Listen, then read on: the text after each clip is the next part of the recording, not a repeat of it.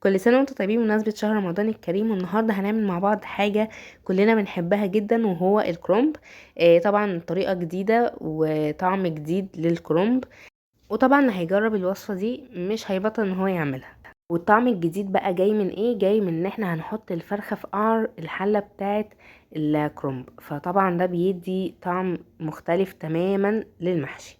فيلا بينا نبدأ وصفتنا. اول حاجة هنحط سمنة كده كويس قوي في صينية او طاسة، ونبدأ بقى ان احنا ننزل بالفراخ بتاعتنا اللي احنا مقطعينها. الوراك طبعا والصدور نبقى مقطعينها كويس، بعد كده نبدأ ان احنا نحطها. طبعا بتبقى مغسولة وكل حاجة جاهزة، بس انا ما جبتش الكلام ده كله في الفيديو لان دي حاجة معروفة طبعا ان احنا بنعملها.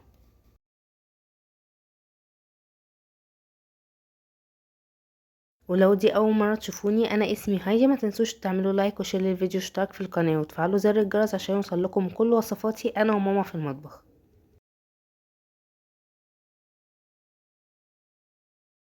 عاوزه اقولكم فعلا ان الطريقه دي طريقه حلوه قوي وبتغير طعم المحشي وبتخليه في حته تانية. طبعا الطريقه دي مش للكرومب بس، احنا نقدر نعمل كده في ورق العنب كمان. نقدر ان احنا نحط شيش طاووق مثلا، نحط الفراخ، نحط لحمه. بعد كده ان احنا نبدا نحشي المحشي بتاعنا ونحطوه فوق الكلام ده كله في الحله، فطبعا بيبقى طعمه حلو قوي قوي. دلوقتي هنرش رشة ملح ورشة فلفل وزي نص معلقة بهارات فراخ. نحط بقى الكلام ده كله ونبدأ ان احنا نقلبوه مع الفراخ كويس.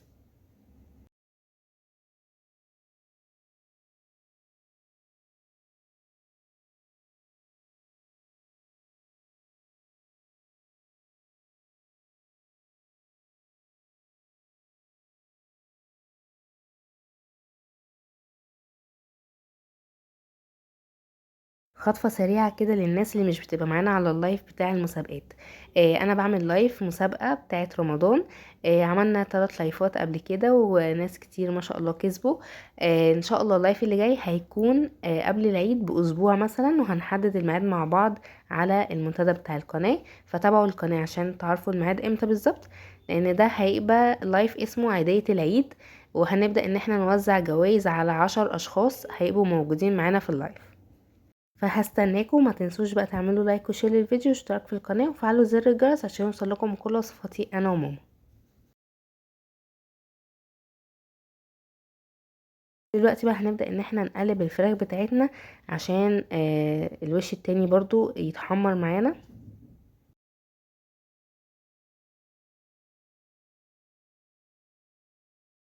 وطبعا ما تخافوش ان الفراخ ما تكونش استوت، احنا كده بنسوي الفراخ على الهادي.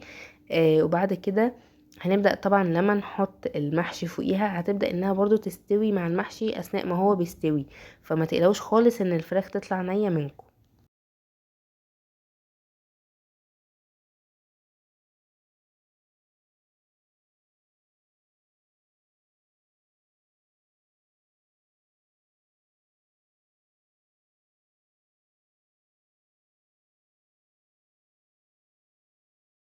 وبرضو هننزل برشة فلفل اسمر ورشة ملح.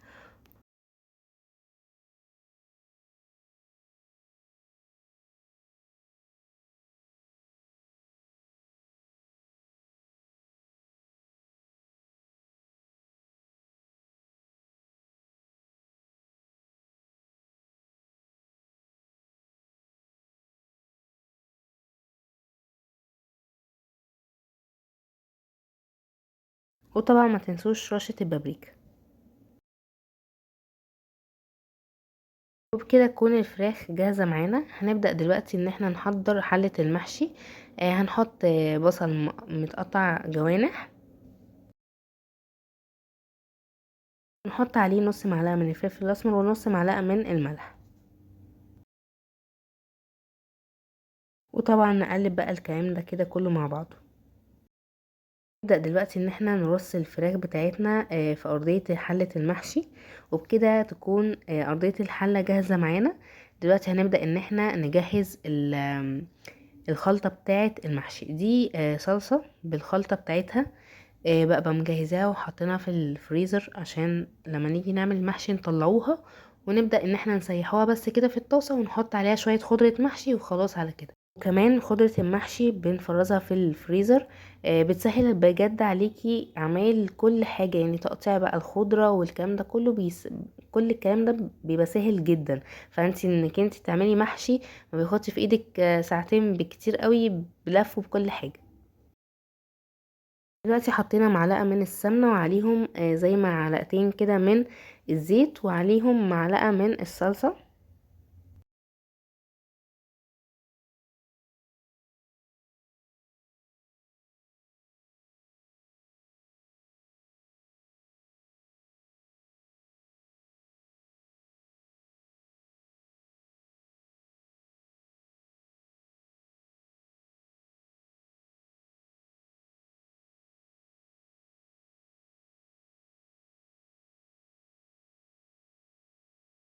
ونديهم بقى تقليبة حلوة كده.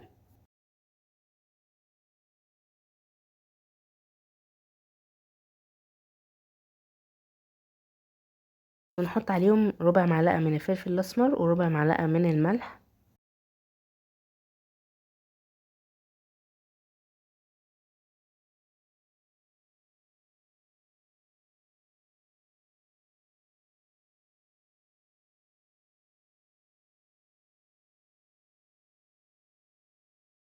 ونقلب الملح والفلفل الأسمر كويس.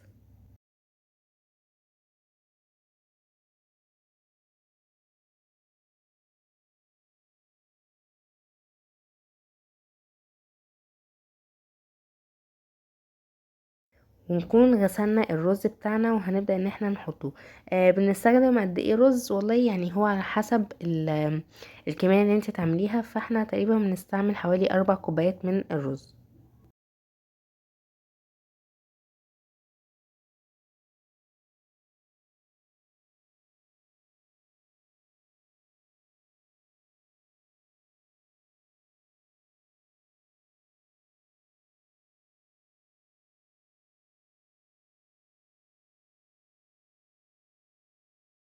نقلب بقى الرز كده كويس تقليبة حلوة كده، وبعد كده هنبدأ ان احنا نحط الخضرة بتاعتنا.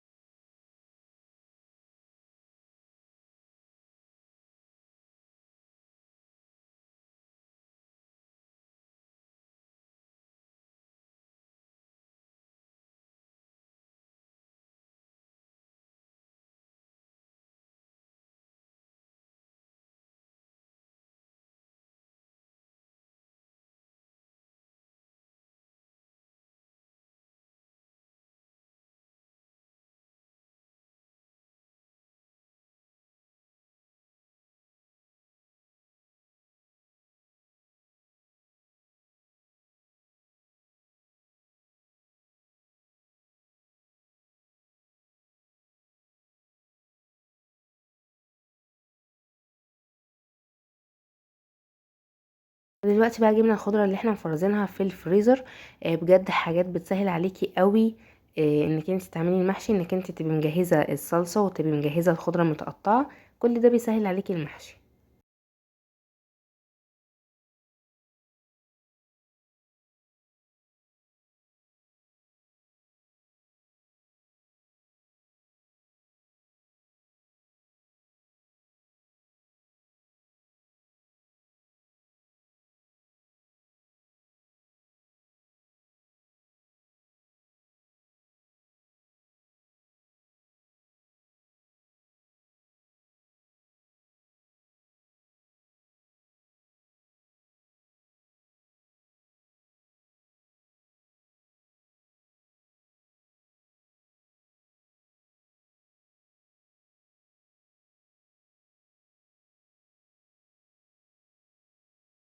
بعد بقى ما جهزنا الخلطة بتاعتنا هنبدأ دلوقتي ان احنا نحشي المحشي بتاعنا. طبعا ماما هي اللي بتحشي المحشي، لان انا ماليش خالص في لف الكرنب او ورق العنب. حتى ممكن احشي بتنجان، ممكن احشي كوسة، لكن ورق العنب والكرنب لسه مش على قد كده فيهم.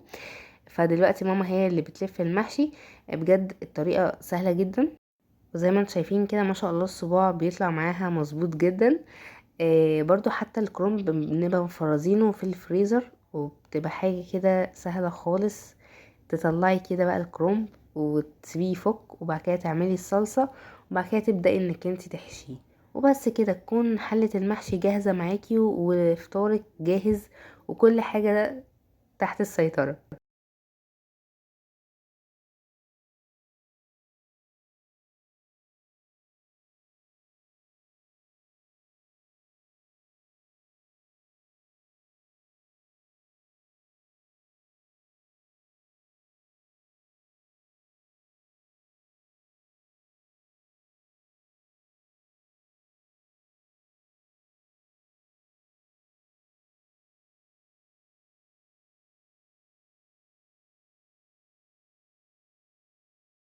وبعد ما نخلص اللف بتاع المحشي، هنكون ان شاء الله الحله جهزت معانا، ونبدا ان احنا نسوي المحشي واحده واحده بقى. انا طبعا ما جبتش لقطات تسويه المحشي، نسيت تقريبا اصورها، فمش مشكله.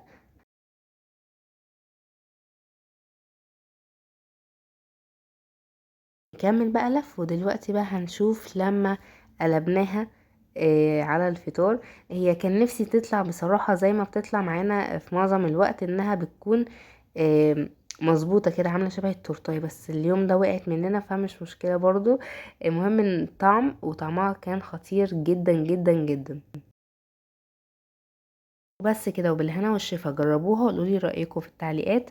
وبجد مش هتندموا على تجربة انكم تحطوا الفراخ او شيش تاووك تحت المحشي، بيبقى طعمه حلو قوي قوي وبيدي نكهة جديدة. ما تنسوش بقى تعملوا لايك وشير للفيديو واشتراك في القناة وتفعلوا زر الجرس عشان يوصلكم كل وصفاتي انا وماما. باي باي.